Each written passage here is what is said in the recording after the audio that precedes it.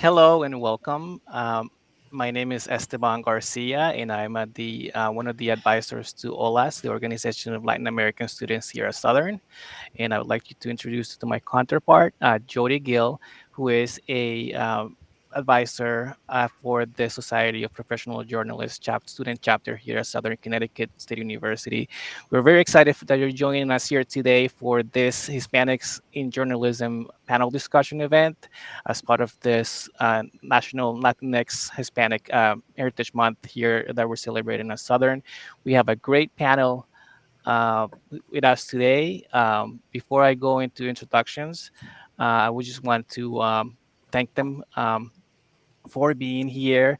And for taking time of your day to participate and share your stories and insights about you know being in the news media industry, and also talk about representation in the news media.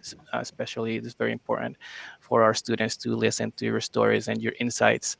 um, First off, we have Hugo Balta, who is the publisher of the Latino News Network. He's also a former president of the NAHJ, which is the National Association of Hispanic Journalists. Next up, we have Brenda Leon, which is Latino Communities Reporter and Report for America at WNPR, Connecticut Public Radio. We also have Carlos Virgen, who is an assistant manager editor for audience development at the Day of New London. And lastly, we also have Ginny Roman, who is a reporter for the New Britain Herald and also is a SCSU alum. But before we move forward, I'd like to turn it over to Jody to introduce Danielle Campbell, who is going to be our moderator for today. Sure. And thank you for the introduction. And again, thank you all for being here. And Danielle Campbell is our SCSU SPJ club president. And so she'll be leading the discussion, and Esteban and I will be here as well, monitoring the chat functions, both through LinkedIn and Facebook. So whether you're joining us live through LinkedIn or Facebook, if you have any questions you'd like us to ask, please feel free to use that chat function.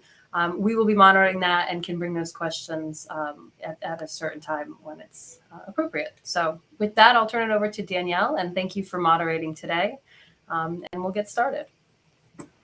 Hello, everyone, and thank you for being here today. Thank you for all of our panelists for coming and sharing your insights and, your wisdom.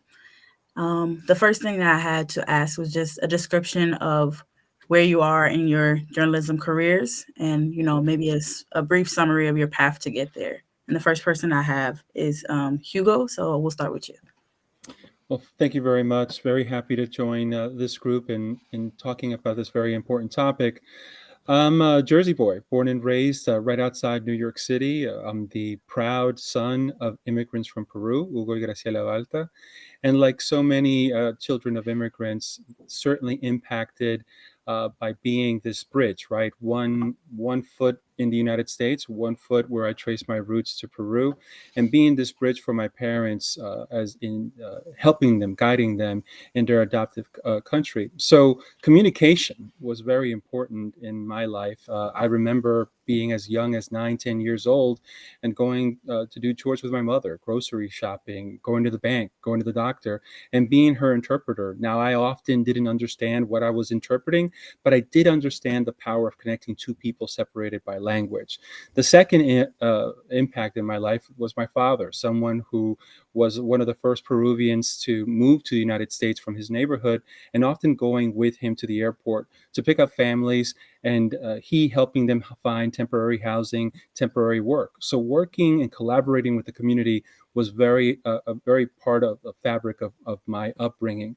Those two things really inspired me to get into journalism. How, as someone who has benefited by the hard work of their parents, but also those who supported them and have had the opportunities, really privileged to be able to get a higher education, how do I then give back?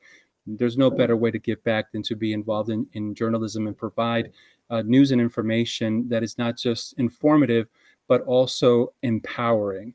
And so my career started in Spanish language media with Telemundo. It then expanded to working with storied networks like NBC, ABC, CBS News, including ESPN. But most recently, and in the last 10 years, and concurrent to that, has been being a member of the National Association of Hispanic Journalists. The last 10 years, I've focused on the intersection of diversity, equity, and inclusion in journalism. And in a time in our country where, because of budget contractions, legacy media just is unable to cover local news in a way that is necessary.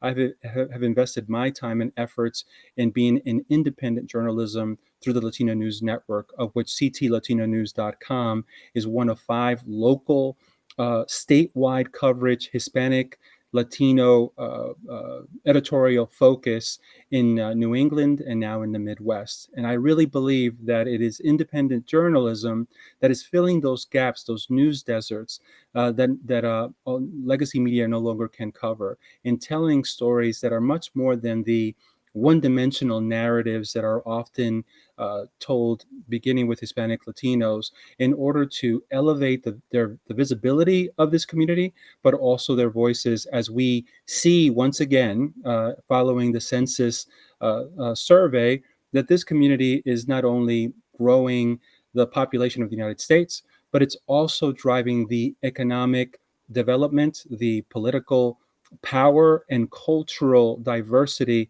of our country.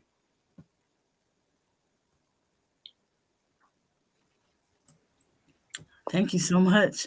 Janice, if you want to go next.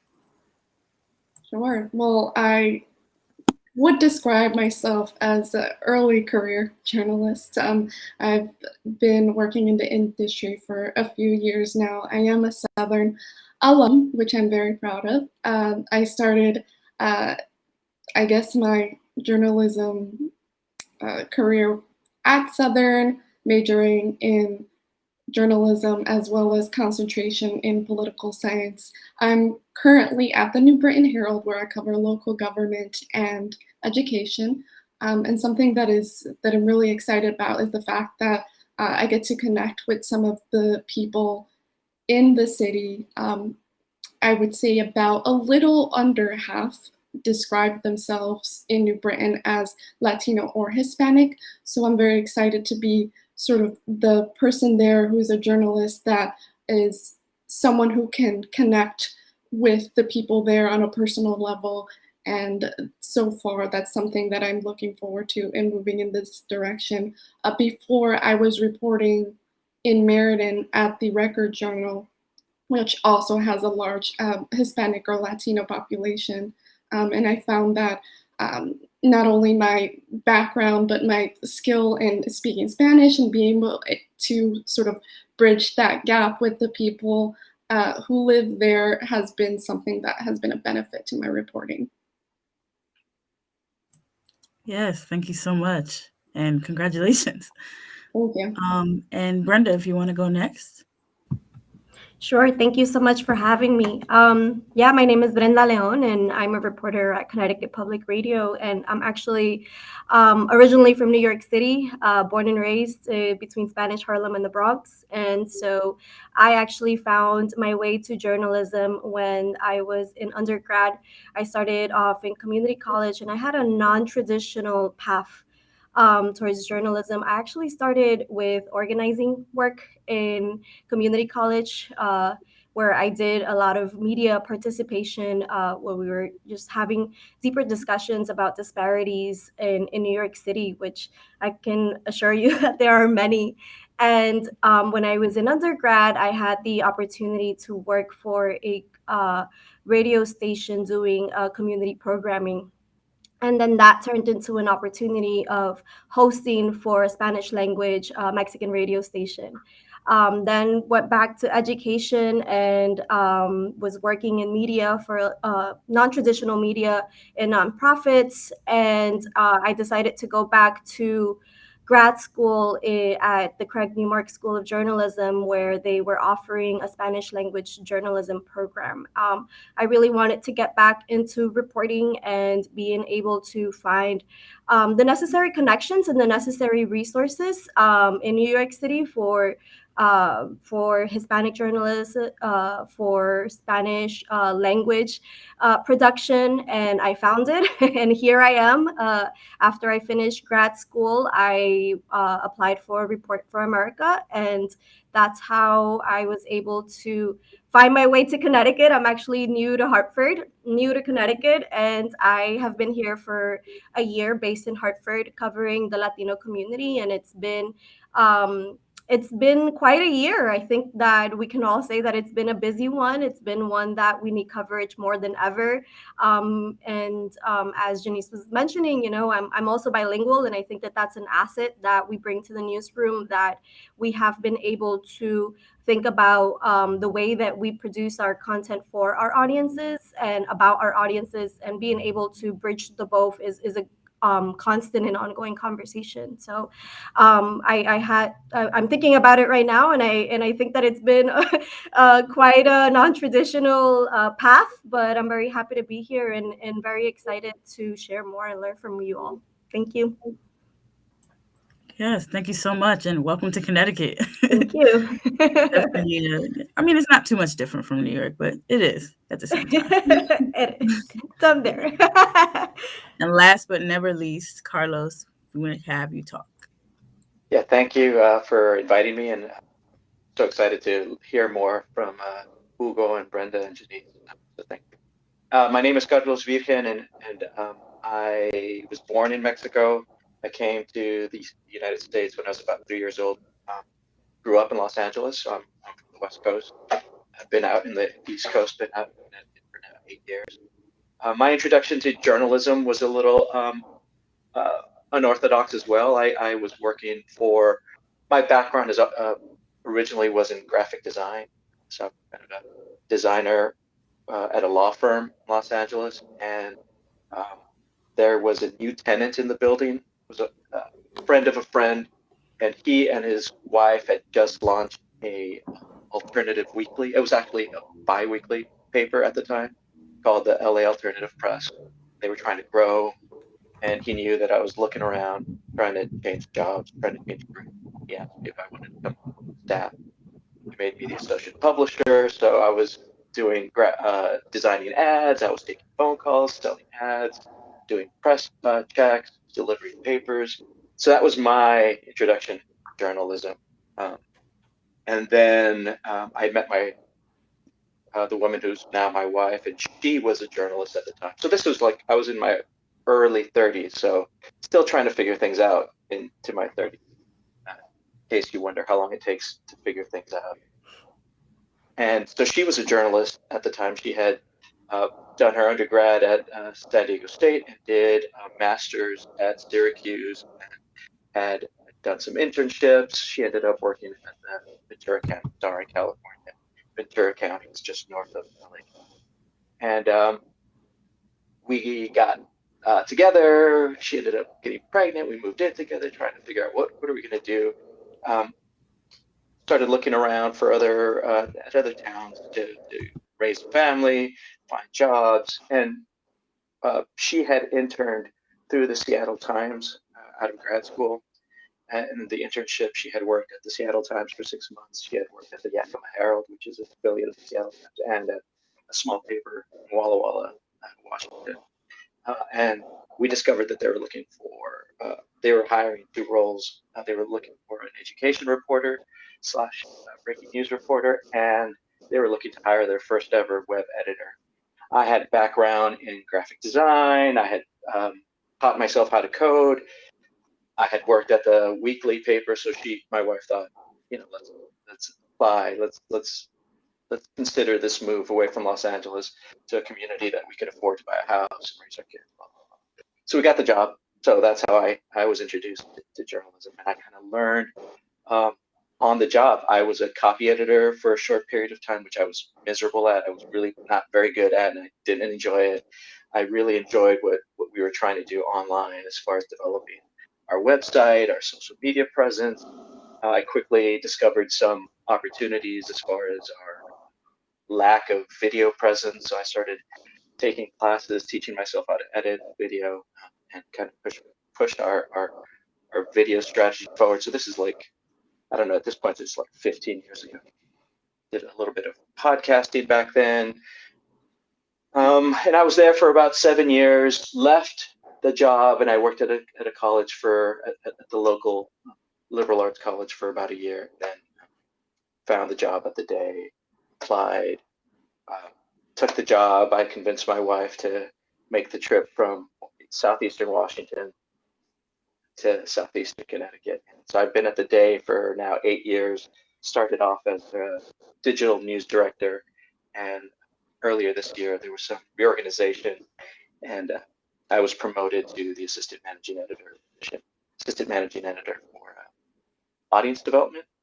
We kind of have refocused our efforts around audience engagement, audience revenue, and that's kind of where I am. I really learned how to become a journalist on the job.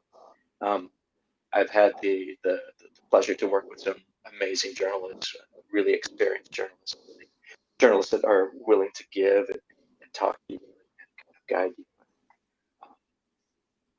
Yeah, that's kind of my route to where I am. So about 16 years in journalism now.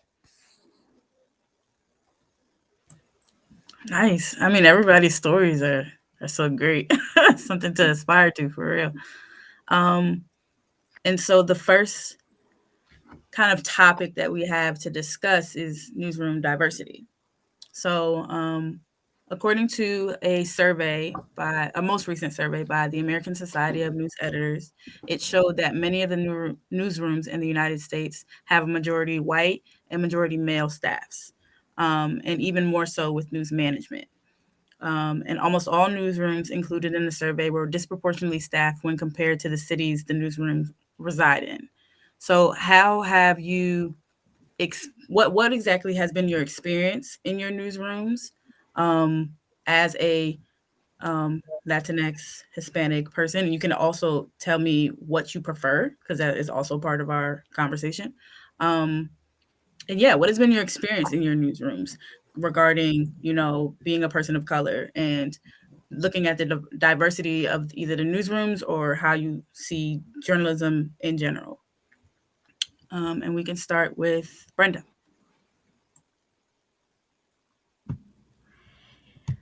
Wow, I think it's been both an exciting time and an exhausting one at the same time. I am an early career journalist, and this is my actual first time being a full-time reporter at a newsroom. And it's been definitely both a challenge, but a learning process. I would say that our newsroom also has had a very important conversations about ways to increase diversity, but doing it in a way that is not only inclusive to our coverage, but also a place to foster our stories and our voices. And being able to have that conversation has been a reflective process as well, to think about what we as journalists of color and as Latino journalists and bilingual journalists need, and what are the resources that we need to have, not only from our editors, but from our newsroom as a whole. And I think that conversation in this past year has been one that, in my newsroom at least, we have been able to confront and have very honestly, in a way that is constructive. I definitely feel like, besides the fact that there has been moments of tension, because these are conversations that might be uncomfortable sometimes, I do feel like being able to come to my editors and raise my concerns is a place to start, and it's a place to also think about the way that we have been engaging with communities who are not in our day-to-day coverage, and why is that? I think that when I had my first interview for Connecticut Public, one of my leading questions was, how did you come to realize that you need to expand your coverage to the Latino community, right? And based on their answer, I also made my decision to be in this newsroom, because it was where I thought that I could have the space to build upon these conversations. And the Latino community in and of itself is very diverse, and we do face language barriers when it comes to our newsroom and the way that we can pinpoint on what are those needs on a day-to-day basis. Yeah, so it's a growing and expansive reflective process. Yes, I understand that completely. Carlos, why don't we go to you? So my experience as far as diversity in the newsroom, at the paper at Walla Walla, me and my wife are the only bilingual, non-white staff members in the paper. And at the same time, the community that we served was recently being driven, the growth in population was driven by immigrants, and in particular, there was a large agricultural industry in the area. So there were, so 15 years ago, there were very few conversations about looking at the newsroom internally and trying to figure out if we were in fact reflecting the communities that we were serving. It was early in my career. We had just moved there. I was not really in the position or felt very confident in raising questions, trying to push for any kind of significant change at the time. Now that I've kind of grown into my role as a journalist, I feel much more confident and much more willing to speak up. And especially over the last couple of years, now that I'm here at the Day, we've started to have those conversations, especially at the end of last summer after the protest around the country, Black Lives Matter protest, and all the issues that we were reporting on in our local communities, all the national news that was happening around police violence and the protests that resulted from it. We started having those uncomfortable conversations, as Brenda mentioned, about being willing to look inward and really being truthful about whether or not we were reflective of the communities that we cover. We're located in New London, which is one of the most diverse communities in southeastern Connecticut. We also cover Groton and Norwich. Again, within those three communities, it's a very diverse and huge Spanish-speaking population within those communities, and we didn't reflect that. This, in particular, at management level. Gender-wise, we've always had a really great representation of women in key roles and leadership roles. When I got here, the deputy managing editor was a woman. And then over the last year, again, with some of the reorganization that we've done, we now are managing editor a Latina woman, a Puerto Rican woman from the Bronx, coming from a really working class bilingual community. So that for me was a pivotal moment where I felt like, there is an opportunity for change, and there's a willingness to change. And we also, like most newsrooms, launched a DEI committee, a diversity committee to further investigate what other steps we could take to come up with an action plan to make recommendations. The managing editor, Isaskun Larrañeta, is the chair. I'm the co-chair. And in the past year or so, we've launched a diversity DEI community advisory board, where we invited community members to be the first in our first advisory board for the Day, making sure that they are part of our strategy, and that they're there to be sounding boards, to kind of as a check, to also be critical of what we're doing. So those are all little steps that I feel confident working here, because there's no doubt when all of these conversations in journalism were happening, there was a moment of reflection, right? Like, do I want to be here in an organization that maybe isn't living up to its potential, isn't living up to being inclusive and reflective of the communities that we serve? So I was very glad to see that over the last year, especially, we've taken those steps. Now, my concern now is to ensure that this isn't a moment, that it's not just something that you check off in your to-do list. And we're going to do DAI training, great, check. We hired a Latina reporter, great, check. And then fall back to our status quo. And my next push, and I feel like I have support in the newsroom, is to ensure that there is a cultural shift, that it becomes part of who we are, and that doing that will be better reflective of our community. Yes, it definitely is a struggle to try to figure out whether it's you want to help build and grow a place that you're at, or you want to go somewhere where you're more comfortable. It's definitely a struggle in between those two feelings. Janice?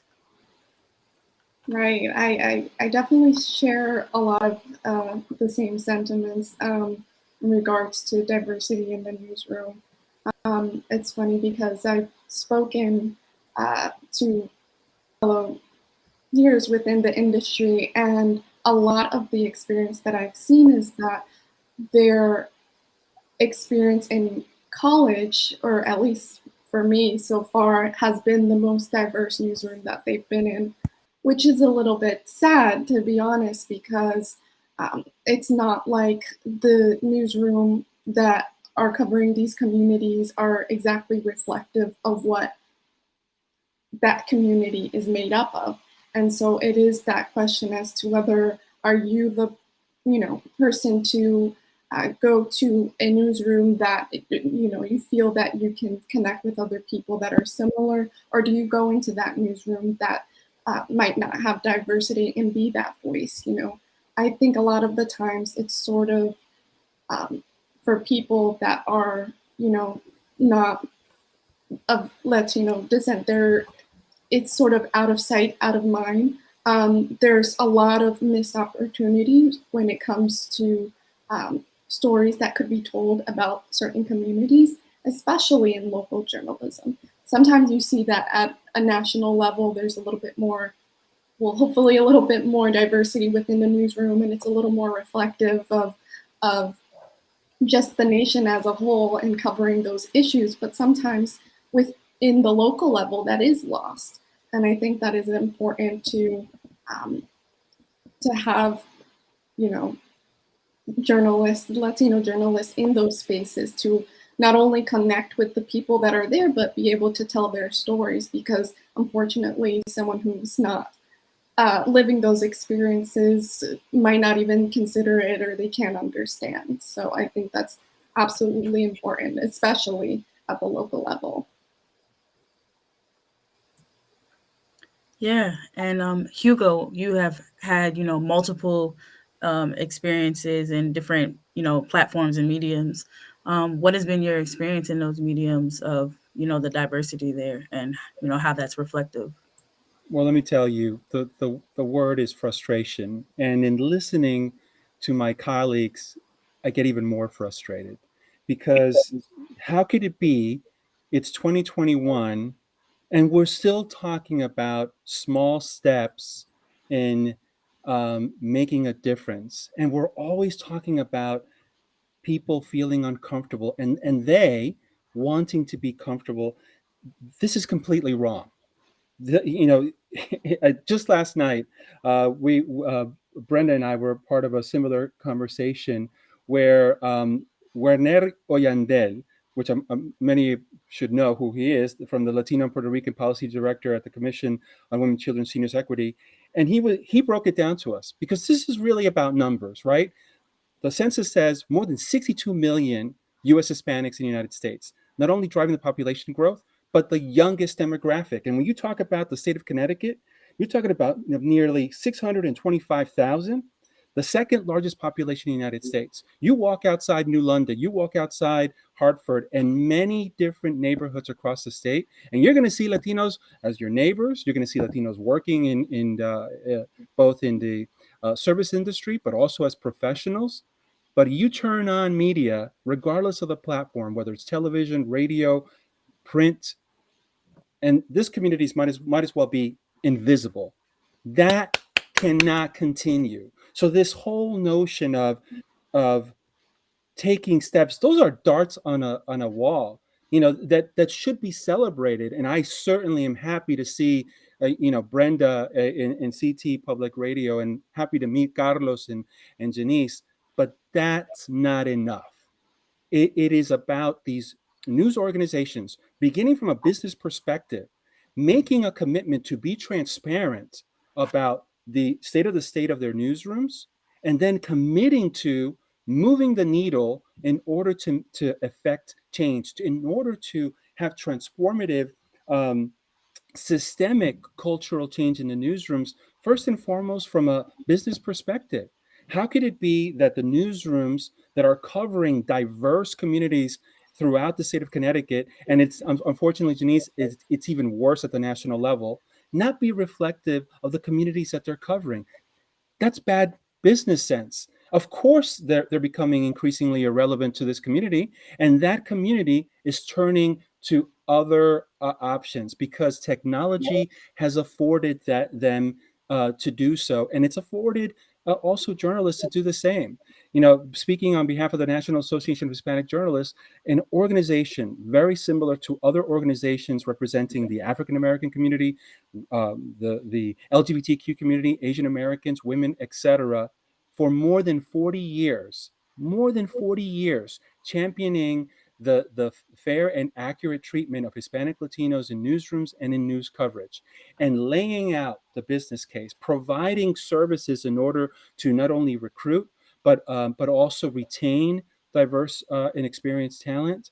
And I can't tell you, in the 40-year history, the needle hasn't moved much. Are there more Hispanic Latinos in journalism? Absolutely. But that's driven by the digital platform. Statistically speaking, we're still very underrepresented across all platforms. So in 2019, NHJ stopped just asking for a chair at the figurative table and said, we're going to build our own table. And thanks to technology, we built the platform known as Palabra, drawing from the experience and talent of our own members in producing stories about our community from our community, chipping away at those one-dimensional negative narratives about something as complex as immigration, which is often reduced to people crossing the southern border illegally, when we know immigration is much more complex than that, and that most of the people in the United States that are here undocumented are because they came here legally, but because one reason or another that document expired. And as far as the population growth, if you talk to a non-Hispanic Latino whose perception of that community is largely due to mass media, it is overwhelmingly someone that is foreign born. When we know, based on the census, not just 2020, but 2010, that the population increase are by births. So what the solution to this perpetual problem isn't just waiting until the white establishment feels comfortable about doing what's right from a business perspective that is also of benefit to the public, but really building our own tables, largely through independent journalism, like the Latino News Network, like ctlatinonews.com. That is the birth child, the birth child of a veteran journalist, Diane Alverio, and really looking to better serve the community, not from a top-down approach that legacy media has built. We're the more educated journalists. We know what you need to know, but really flipping that around and listening to the communities and integrating them into the editorial process. That's the future of journalism, and one that is uh, more transparent and less objective, which objectivity is subjective to the authors of what objectivity means, which is overwhelmingly a white middle-aged male. So, going off of what you just said about objectivity, I often wondered about the concept of objectivity because obviously it stems from somewhere and it comes from somebody's background.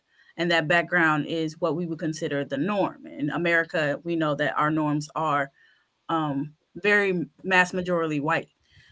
So in debates about objectivity and approaching stories as, an outsider versus the need to be more accurate and tell stories from different groups, who might be marginalized, like what are some of you guys' thoughts on, that concept? And, it's so integral to journalism, but it can be very, very tricky and very, very, very dicey, and anybody could join in.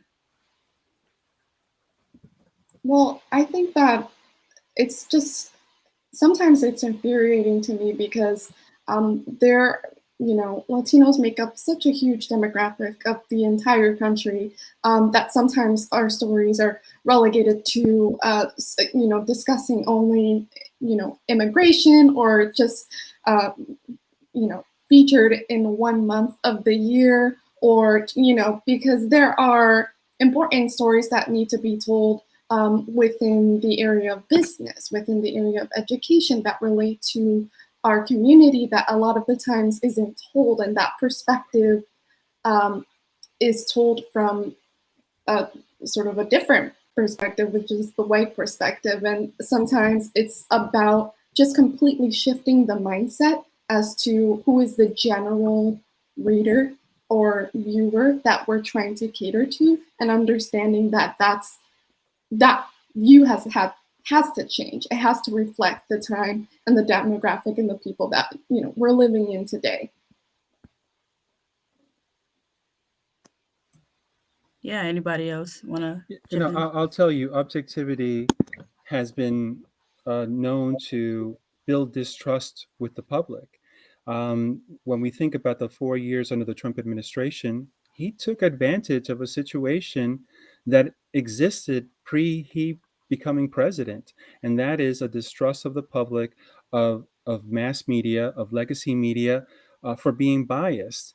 And so when you talk about objectivity, it teaches journalists to distance themselves from the stories, as if we could check our humanity at the door when we're covering topics like COVID-19 and journalists of color pre-COVID understanding the disparities that existed that were exacerbated by COVID-19, as if African Americans can distance themselves by the systemic racism and policing and other following the killing of George Floyd. And when those journalists were drawing from their experience transparently in order to be much more profound and in depth about their reporting, they were chastised for it by the establishment leaning on objectivity, which was created, I'm sorry, not with us in mind. And so it is transparency that develops a relationship with the audience that says, listen, I am a 51-year-old, second-generation Peruvian American, heterosexual, married to a Colombian native, and parent of 2 teenagers. And you better believe when I come at anything, it's coming from who I am, and a lot more by being transparent in the process of news gathering. People are grown-ups. They'll understand that you're doing a job, and they appreciate the fact that you're being honest. If journalism is going to rebuild the relationship that it has with the public, it better start looking at transparency versus objectivity in order to build that trust, in order to, as the only industry protected by the Constitution, give voice to the voiceless, hold the powerful accountable, and speak truth to power unapologetically, including saying when someone is not being truthful. And lastly, it's a bedrock of democracy. It is objectivity that looks to dwindle down the very fabric of what our country was born from. Yeah, I definitely agree with what you said. One thing that I was realizing this semester, I'm a history minor, and one of my classes, the teacher spoke about biases and things of that nature. And in history, they're starting to come at history in a way where you can say, hey, this is this is who I am. This is the bias that I come to history with, as opposed to saying, there's some way to human, as a human, be objective, and I think journalism definitely could use that adoption, to come at journalism in a way to say, hey, the reason so many of these people have joined this, this job is because they wanted to tell a story from who they are. They saw something that was missing, or they were really interested in including their voice. But why are we so, why do we stress so much to remove everything that made so many people come to journalism when we come and tell these stories? We can't separate ourselves from who we are. I can't, separate myself as a Black woman when I come to cover stories about Black people or Black women. So much of that is our champion to journalism, is our contribution. So I definitely agree with everything that you just said. And in terms of in staying in journalism, like, there's a survey that says that females and people of color leave journalism mid-career in mass number, in part because of the lack of diversity and support in newsrooms. What are your thoughts on ways that can shift? I know we hate talking about those darts, as Hugo said, but are there ways that we can shift, to have people of these marginalized identities come into these careers and be in a newsroom and either sit comfortably as themselves, or say, I'm coming to shift things and you should probably listen and learn from me. And anybody could join it. I would say that paving the way forward in many ways. As I mentioned earlier, when I went back to grad school, it was with the intention of coming into mainstream and being able to hone my voice in this space, right? But also, given the cost of grad school in and of itself was a challenge and remains a challenge. So I think that being able to find alternative ways and create more internship opportunities and create more mentorship opportunities is an opportunity for us to continue to be in newsrooms that might not be necessarily diverse, but that our voices are being heard. In my graduate program, one of the advantages was also that the university paid for our internships and we were provided a stipend, and that gave me the opportunity to intern at the Center for Investigative Journalism in Puerto Rico. And that really was just such an important formation for the way that I want to pave my career forward, and someday also be part of an investigative team, but be part of one that I think is covering the stories that are important to our growing communities in the US. I think that oftentimes we're relegated to ethnic media, and that's violent, right? We are not just ethnic groups. We contribute through taxes, we contribute to the workforce, we contribute to the economy, and I think that we should be thinking about this when we go out and do our jobs as reporters and provide that fair coverage. Yeah, I think for me, I really agree that as a journalist, a Latino journalist, I need to be more proactive and be willing to do the presentation like this, and to become a mentor, and to look for opportunities where I can support other Latinos and Latinas and Hispanic journalists, whatever they're endeavoring. And I really like the idea, Hugo, about independent projects, that are divorced from a newsroom, from a legacy media company, and looking for those opportunities where you can support nonprofit funding of some of these organizations, or sit on a board, do whatever you can do to move the needle forward for some of these independent journalists, especially journalists of color.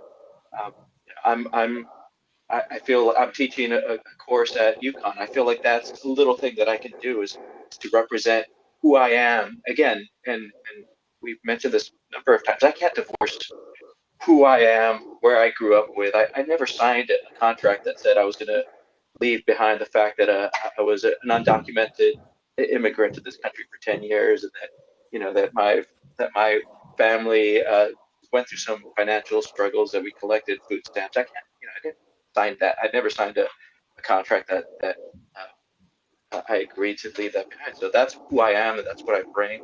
And for me, also personally, it's just a constant reminder, constant reaffirming telling myself that it's okay to be who I am in what are largely white spaces. I think it's groups like this, seeing representation like this in these kind of settings, being part of journalists of color Slack group has been really empowering, because you see the struggle, that you're not the only one. You have support. I think those are the small steps. But until we, as Hugo said, until we're like at the table, until we're at the head of the table, where it's going to be piecemeal, it's going to be slow progress. I think whatever I can do, whatever we can do to encourage, to help train, to support journalists, entrepreneurs, right? That's, I think, how we're going to really move the needle forward.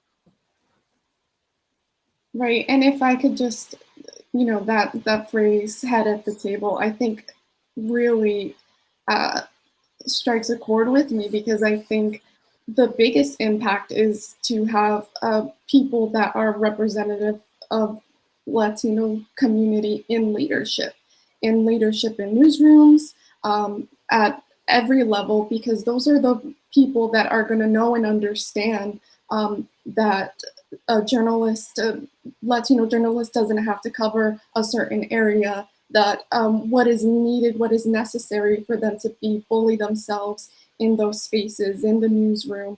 And I think that once that happens, I think that has, I guess, the biggest impact, or would have the biggest impact, as to really seeing a change in mindset and perspective when it comes to diversity in the newsroom. And just to add to that, I think that's really important, to be able to see yourself in leadership. Many companies, and to be constructively critical, many of the ones that I've worked with, they don't have a recruiting problem, right? If you want to work, say, in sports journalism, ESPN is a mecca. You want to work in straight news, NBC, ABC, CBS. So recruiting is not an issue. Retention is the issue. And the problem with that is that you're hired for the diversity that you bring, whatever that is. And I'm not just the optics, because diversity is much more profound than what we see visibly, our race, our gender. It's also about sexual orientation, experience, education, where interests. The problem is you're hired for your diversity, but you are rewarded for your conformity. These companies want you to assimilate to their culture, which is counterproductive to the reason why you were hired in the first place. So you sold on being this ambassador. You are sold in saying, I will commit to being the first or one of a few. But then when you get there, you have to assimilate, which for the community of Hispanic Latinos, historically, we don't assimilate, we acculturate. We borrow the best from being the American experience, and also draw from our experience, whether we're foreign born or we trace our roots to Latin America. So they're quick to get them, and just as quickly to lose them, because they're forced into an environment that isn't welcoming of them. So they stick around, so they have enough experience and can put on their portfolio. They worked here, and then they take that to somewhere else that will be much more welcoming, and where they can actually carry out the diversity that they bring. Yes, I do agree with that. The forced adoption of the culture in many newsrooms can be very toxic to people, especially with mental health. It's a topic that everybody's talking about now. Shifting gears to coverage of Latina communities, and also could you briefly tell me what about language? So in journalism, there's so much emphasis on language for different communities, and we see that there's Hispanic Heritage Month, but we also see people that use Latino, Latina, Latinx. What exactly is a is a safe conversation to have, I guess, in newsrooms or outside of newsrooms, and is a criticism of the language used for this group of people that has so many different backgrounds and ways that they identify, and from so many different countries. We're grouping a whole lot of people together. What exactly do you feel about the language around your identity? I often use Hispanics and Latinos, and I'll explain why. And when we're talking about this very diverse group, right? This group that's not a monolith. I self-describe as a Peruvian American, but I think the first thing is you ask the person, right? I mean, we're journalists. Ask them, how do you self-describe? If I'm in a room full of different people and they ask me, I don't say, hi, how are you? Go about the Latino, Hispanic. I'm going to tell them, I'm a Jersey boy, and if we're talking about background, I'm going to say Peruvian American, but I'm equally proud of being part of a larger group that in this country is called Hispanic and or Latino, and sometimes interchangeably. Now, Hispanic is a government invented word that is about language. So anyone from a Spanish speaking country is considered a Hispanic. Latino is about geography and mostly Mexico all the way down to Argentina. So a Brazilian is a Latino, although they don't speak Spanish, they speak Portuguese, but Spaniards are Hispanic, but not Latino. In this country, those two words are often interchangeable. Now, the word Latinx has certainly gained a lot of popularity in the last 20 years, largely driven by the LGBTQ community, and it's very controversial. Anything that gets us talking, I'm all for. But I think that's what we have to do. Have the conversations, ask the individual that you're interviewing, that you're talking about, how they self-describe, and again, be transparent about it. If it's going to take one more sentence to say it, then do it, because that's the responsible thing to do. And whether it's one more second or a couple more seconds on radio or TV, do it, because that's the responsible thing to do. Now, I think that it's important to understand. Again, we know, especially in this conversation, that there is a one-dimensional narrative about who and what this group is. A Latino in the West Coast is very different than a Latino in the East Coast and everywhere in between.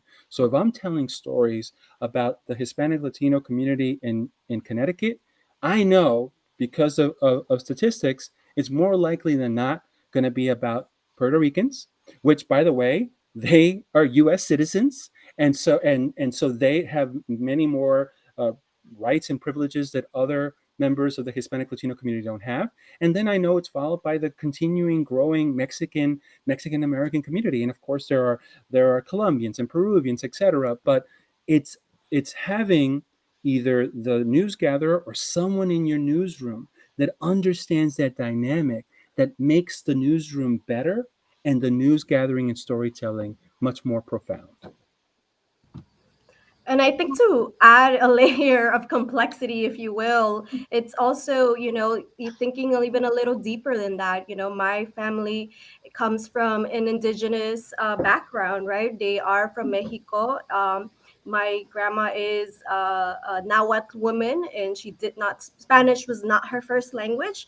Her first language was Nahuatl. And, I also have Afro descendancy from my father's side, who's from the coast state of Veracruz and migrated to Puebla. And, I think that those nuances are very, very important to talk about, especially when we also talk about, this complexity or conversation around Indigenous Peoples Day and Columbus Day, right? I think that those nuances are important because we also need to understand that Indigenous and Afro-descendant people are being displaced from their countries in Latin America and in Mexico, right? And there are growing communities from indigenous towns in Guatemala, from Honduras, in the Bronx. There's a growing Garifuna community. There's a growing Tlapanec community. There's a growing Mayan community. And I think that we also need to understand that displacement plays an important role in how these communities come to form here in the US, and being able to have that present is also very, very important. And it's important. Right. And I think also, about those specific complexities, speaking as if personally, if you were to ask me, I'm would, I guess, describe myself as Puerto Rican. But with that, there's also a lot of layers, right? Because if you ask some people from the island, they might say they're Boricua, and there's also their, speaking about the indigenous people, Taino culture that is also seen within the language. There are certain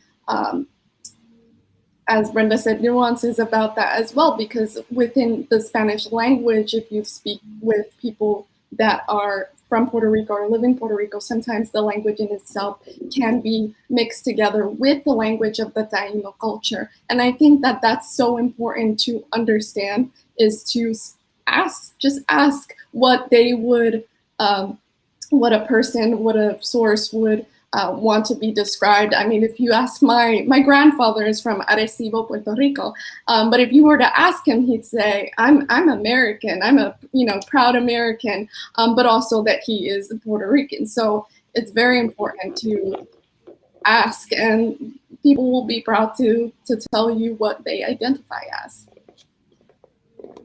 Yeah, those are the conversations we're having in the newsroom recently about language and about encouraging our reporters to ask, to have those conversations, to be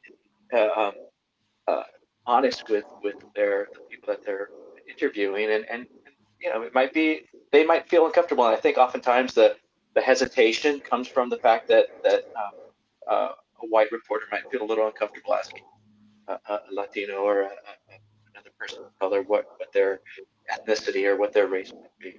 But we absolutely encourage them. They need to not assume, right, and to clarify and be and do it with empathy and with actual curiosity, which is more important. So again, this idea of like, I want us to move away from our reporters carrying around a checklist, our editors carrying around a checklist to make sure that they're that they're reaching whatever quota. Because it's not about quotas; it's about being honest and having empathy, and really feeling the need to be reflective, right? Otherwise, why are you doing journalism?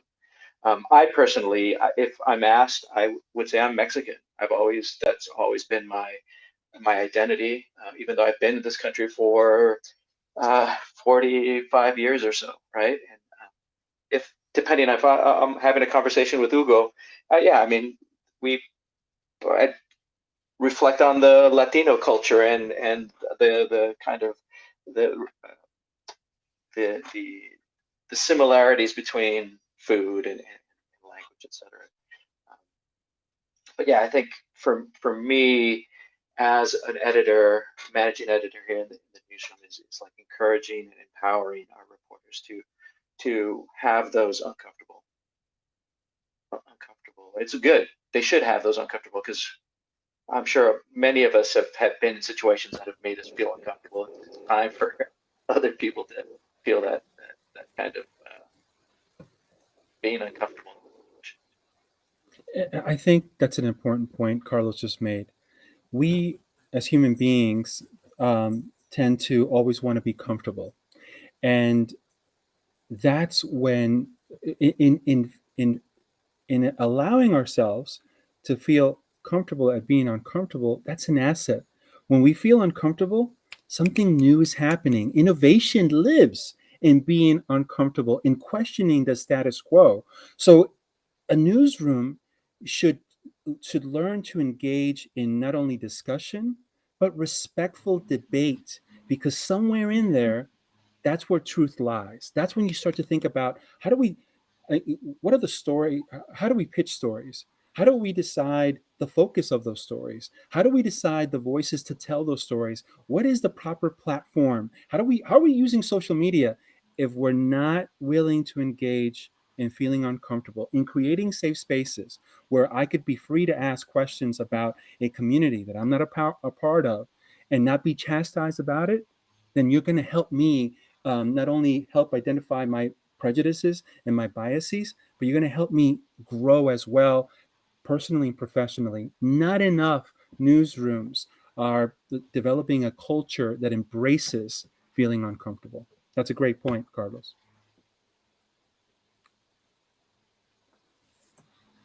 Yes, absolutely. We definitely need to embrace discomfort on both sides, because it could be us, you know, carrying the mark for our self-identified, nuances in a place that, they might not understand, but also, them understanding us more. And part of that integration, it has to be a meeting of the middle. And that's where I think we're slipping a little bit. Well, it is 2:02. I believe we're done at 2, right? So thank you all so much for this discussion.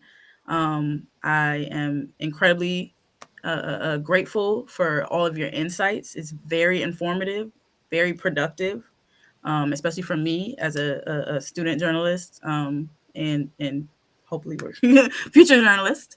Um, and yeah, thank you so much for your voices. Thank you so much for your insight and your information and your wisdom. Thank you for your identities. Um, and and thank you for enriching us today.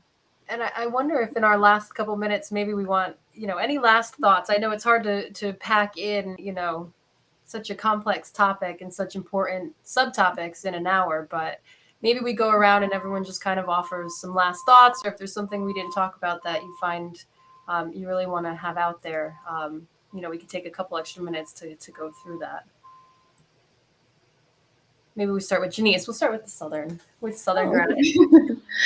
well, definitely, I would say for Latino journalists or student journalists that are looking to get into the industry, definitely reach out to mentorship programs, and as specific as you can find. So if there is something that you identify with gender or orientation, or if it's a Latina mentorship program or specific to a certain area within where you're reporting, definitely look and reach out, or just reach out to someone who you might admire, or somewhere where they're at a place in the career that you would like to be.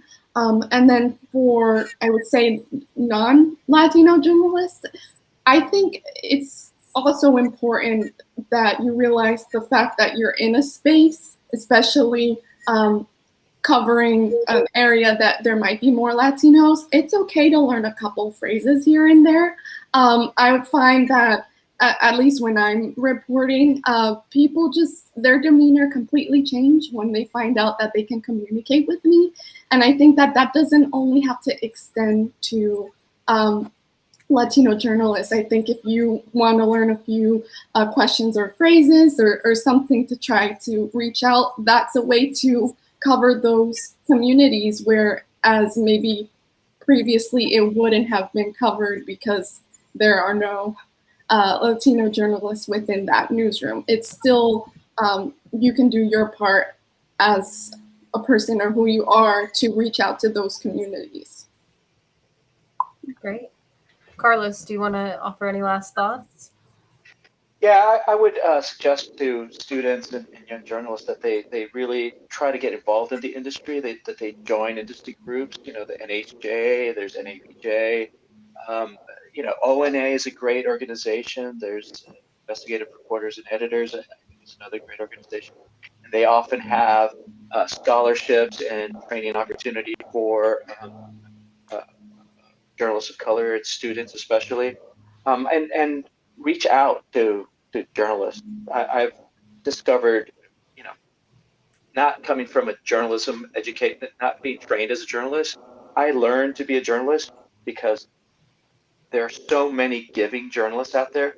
They will answer your emails, they will answer your calls, they will send you their code if it's a code related thing. They are so giving. So don't be afraid to reach out. Follow the journalists that you admire on social media and send them messages. They'll respond to you. I've not encountered one journalist that has ignored my questions. And yeah, just find a way to be involved with the communities. The other group I would recommend, I don't know if everybody here is part of the Journalists of Color Slack group, which is a great resource, and great kind of way to to find like-minded people and share your frustrations, and also share, like, there's channels for every, channel parenting, so there's a ton of support groups out there. And yeah, and good luck and stick with it, Danielle. I hope you become you continue your career in journalism. We need more journalists like you. And I hate to see journalists, young journalists especially, leave to work in other industries. We got to figure that out. We got to figure out how to retain them. So I completely agree. Thank you. And Brenda, do you have any last thoughts? Yeah, I would definitely say to not limit yourself to what's on paper, but rather really apply for that job, even if you think you're not fully qualified, and really try to find your allies and really try to connect with other people. And for people who are not of the Latino community, to really be willing to listen with empathy and be able to hold space for conversations that might be new and uncomfortable, and embrace it. I think that that's definitely something that's very necessary. And lastly, I really hope that this is fruitful for anyone who's thinking about it. There are many ways into journalism, and I think that it's an exciting time for bilingual journalists at this time. So, yeah, thank you for having me, and thank you for the space. Thank you. And Hugo, last word. Any last thoughts? Yeah, I think one of the things that Janice said is very important, and that's getting mentoring. One of the pillars for the Latino News Network, for CT Latino News, .com, is to provide young journalists, aspiring journalists, the mentoring that they need to be successful as they're looking ahead to their careers while they're still very much involved in their scholastic career. And we work with undergrads and graduate students and providing them our platform to get some of that mentoring, but also experience that they need as they're going to look for those other opportunities. I think often, especially legacy media, um, uh, is not doing enough to, especially with marginalized communities, in providing them those coveted internships, fellowships, to get that type of experience, that opportunity to mentor, as Carlos mentioned. So we're happy to always engage with students that are looking to get mentoring and experience. And again, you don't have to be Hispanic Latino to work at the Latino News Network. We're very inclusive, and I think that those different perspectives are very important. And I think, as being or striving to be good storytellers, yes, the Hispanic Latinos are integrated into the storytelling, sometimes much more apparent than others. But as good storytellers, we're telling stories that really integrate the larger group. Because as someone who lives in a block that has Latinos, African Americans, members from the white community, we're all experiencing the same things. We are our own community.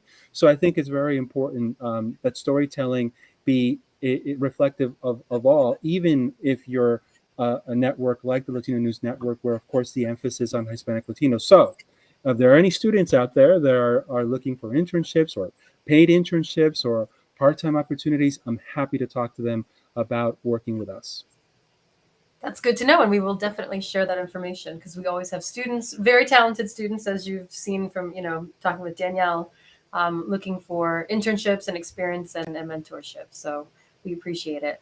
Well, thank you all. We really appreciate your time and your expertise and just your thoughts and conversation today. I think it's been a really good conversation.